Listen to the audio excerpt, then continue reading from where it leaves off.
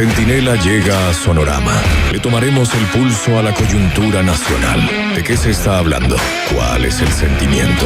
¿Cuáles son las tendencias que están marcando la conversación pública en Ecuador? Descúbrelo cada martes a partir de las 9:10 de la mañana en la gran señal Sonorama.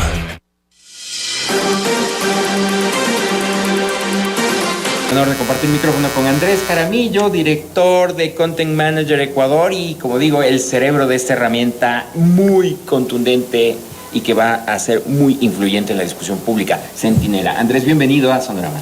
Muchísimas gracias. Como todos los martes, justamente para ver el pulso de la conversación digital, porque como lo hemos dicho, Iván, en esta era digital, en el que todo pasa por las plataformas justamente que están online, pues el verdadero poder radica en saber escuchar.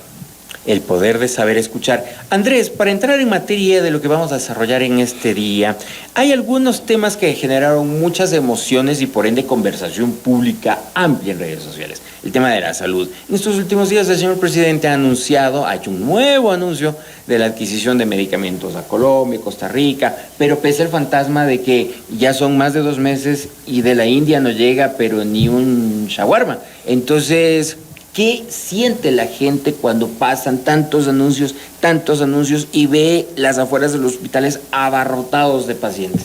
Bueno, es el viejo cuento del Pedrito y el Lobo. Fíjense que del 20 al 27 de julio, en este lapso en que hemos hecho este estudio digital, 185,000 menciones se han generado vinculado con el tema de salud. Lamentablemente no para celebrar que existen ya medicinas, que hay abastecimiento, que los médicos tienen todos los implementos para poder tratar a los pacientes, sino todo lo contrario. Da cuenta de un escenario en donde se habla de que la salud está ya en cuidados intensivos, Iván.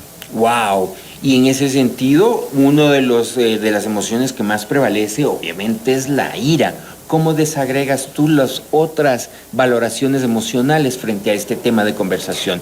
Mira, incertidumbre también, obviamente. Y el interés un 20%, pero quizás este porcentaje del 30% del aire es uno de los que más llama la atención. ¿Por qué? Porque la gente acude a los servicios de salud, porque además se escucha en los medios de comunicación, en las redes sociales, de que las medicinas van a llegar, de que ya se están haciendo cambios, de que hay un nuevo ministro de salud.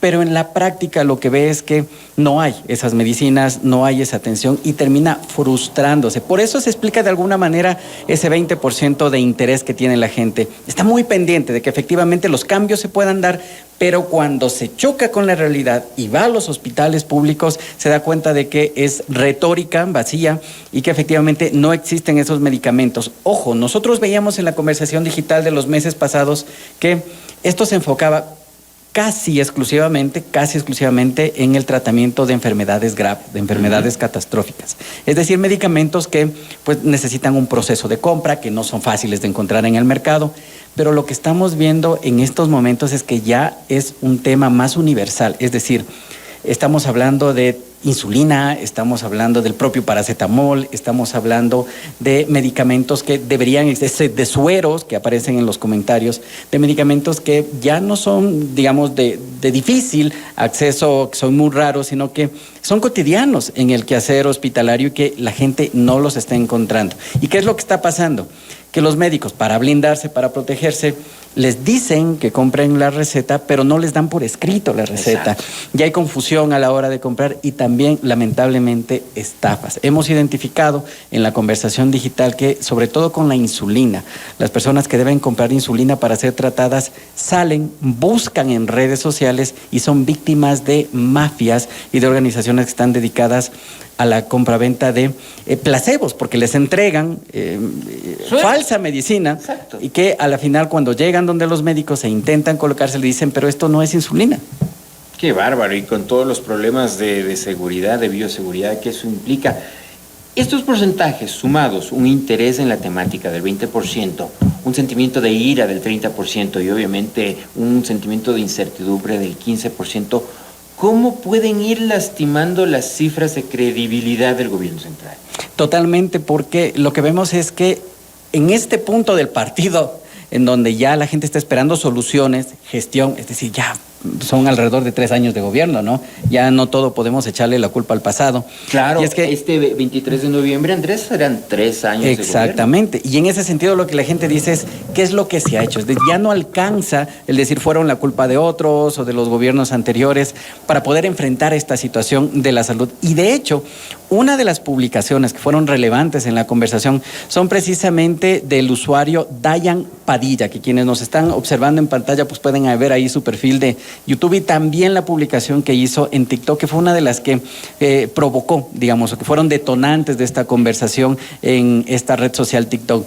Y lo que él planteaba es, claro, cuando nos prometen muchas cosas, se abarca demasiado y se puede cumplir poco. Y el mensaje que él daba justamente a las autoridades era ese: ni siquiera alcanzan a comprar las medicinas, pero ya nos están ofreciendo un nuevo museo, ya nos están ofreciendo un estadio, ya nos están ofreciendo que se va a ampliar el metro a otros sectores de la capital, pero no han podido cumplir al menos con esa promesa que, ojo, se la hizo el 24 de mayo. Ya vienen, nos decían, las medicinas, Iván.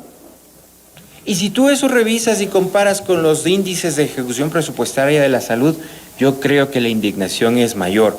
En el periodo de análisis de la herramienta Centinela del 20 al 27 de julio, también hubo un hito festivo, pero que no deja de tener todo su plus político, y me refiero a Guayaquil, la bella Guayaquil, con mucha tensión política de por medio.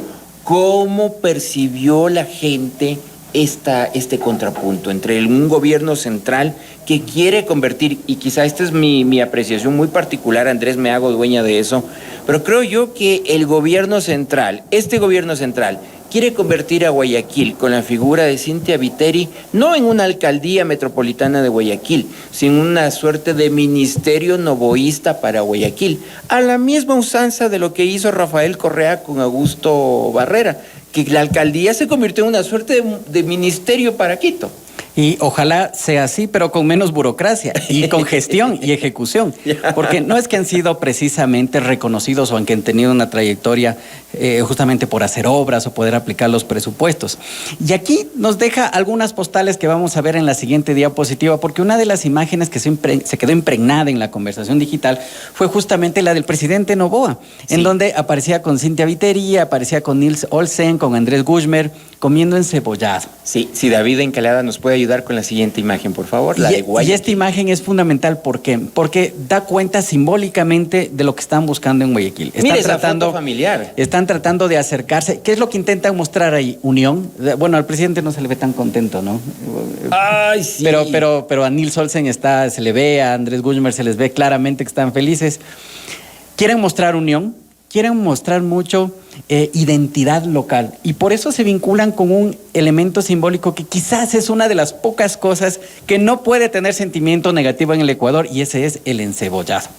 El encebollado que intenta... Esa es la verdadera concertación nacional. Humanizar, vincular con esta identidad guayaquileña, además a propósito de las fiestas de fundación de Guayaquil, y por supuesto tratando de hacer, digamos, esta lógica de team ideal para poder enfrentar y para poder llegar a Guayaquil políticamente. Pero Andrés, perdona que te interrumpa, y aquí también, amigos, perdonen mi sesgo, si quiero ser muy transparente en eso. Claro, yo leo y escucho con mucha atención la lectura que tú haces de la imagen, pero yo la veo un poco forzada, postiza, pero no sé qué dijo la ciudadanía al respecto. No sé si podemos recuperar la imagen, por favor. sí, mira, la ciudadanía conecta muchísimo con los símbolos. Es decir, fue un acierto que se hayan ido a comer encebollado y que no se hayan ido a comer cualquier otra cosa, y en las que se vean a el equipo de Guayaquil. Era importante tener esta foto con el presidente, la cercanía con el presidente, y por supuesto esto consolida una lista para que pueda pelear Guayaquil.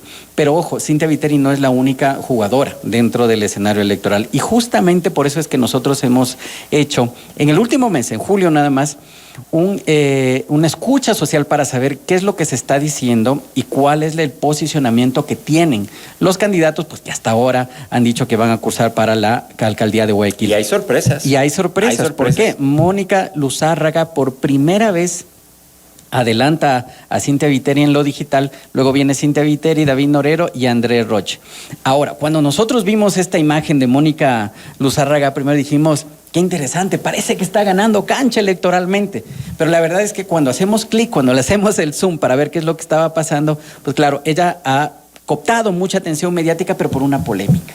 ¿El carnet? El carnet de discapacidad. Entonces, ¿qué es lo que pasó? En una entrevista le preguntaron a ella sobre un carnet de discapacidad que tiene. Ella dijo, confirmó que efectivamente tiene un carnet por una condición que tiene, pero se fue de la entrevista.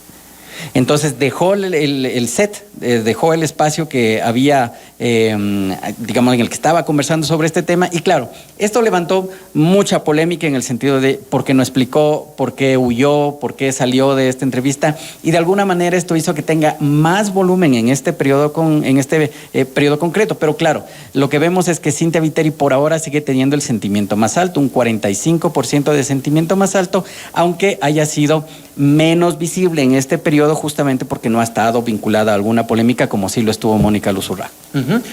Y el que tiene un sentimiento, el que genera sentimientos negativos en menor escala es Andrés Roche, pero quizá porque no ha aparecido tanto. Sí, y en este sentido pues uno no se explica mucho cuál fue el criterio con el cual el Partido Social Cristiano finalmente optó por este candidato. Todo apuntaba que más bien sería Dayana Pazley, que tenía un poco de lógica, ¿no?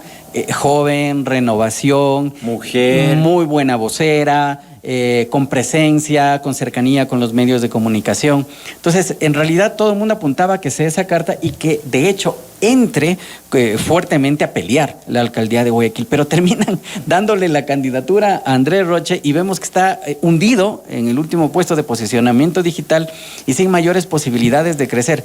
¿Qué significa esto? Que si es que ya el Partido Social Cristiano perdió su principal bastión, que era Guayaquil, después de esto pues puede quedar enterrado, Iván. O sea, sí, pues, si durante la alcaldía del abogado Jaime Nebot él ya era un líder cantonal, ahora creo que va a ser un líder barrial. Porque un poco la derecha como que empieza a desaparecer, hace una retirada. Y recuerda que cuando perdieron el bastión de Guayaquil, ellos hablaron de una renovación. De hecho, contrataron una gran consultoría para poder hacer un rebranding, para poder cambiar los colores, insistieron ellos en que serían cambios de fondo. Pero eso es un cascarón a juzgar al día de hoy porque pasa lo que pasa. ¿Te acuerdas tú de la historia de Saturno, que se comía a sus hijos? Más o menos eso es lo que yo veo que le pasa al Partido Social Cristiano. Saturno se comía a sus hijos porque no aceptaba, era muy celoso, no aceptaba que nadie lo supere, ¿no es cierto? Y lo que estamos es viendo eso, y mira, que eso estamos viendo. ¿Y qué pasó? Que termina alejando a figuras que en su momento pudieron haber sido relevantes o que pudieron haber sido una alternativa de renovación y termina expulsándolas de las filas.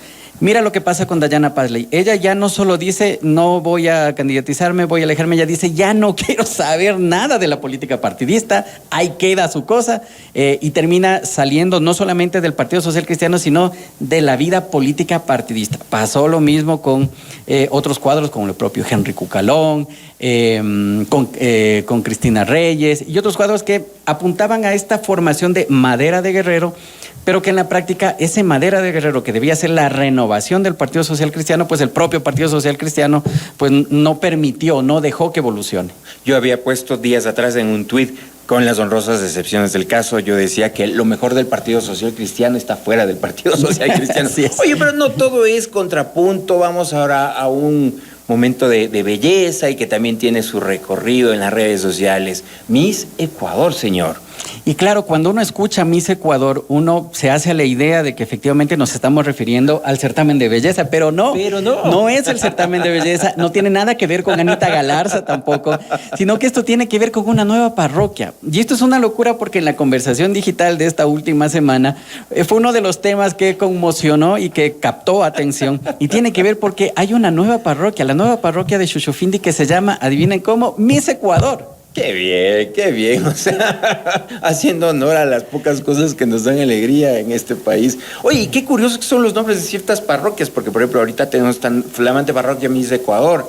Hacia el norte del país hay Parambas. Claro, Sal si puedes en Manabí. Sal si puedes, Moja Huevo también en Manabí. Claro. Y mire, y además es muy curioso porque, y lo pueden hacer ustedes que nos están viendo, nos están escuchando, entren a Google Maps, pongan parroquia Miss Ecuador y ya se encuentra en el mapa oficial de Google Maps, Miss Ecuador. Así es que si están de vacaciones y quieren ir a conocer el Oriente, pues miren, ya tienen otra opción. La comunidad de Miss Ecuador, que tiene nada más y nada menos que 138 kilómetros cuadrados, alrededor de 2,000 personas de población y 14 comunidades que están ahora ya integradas en torno a este nuevo orden jurídico y también territorial.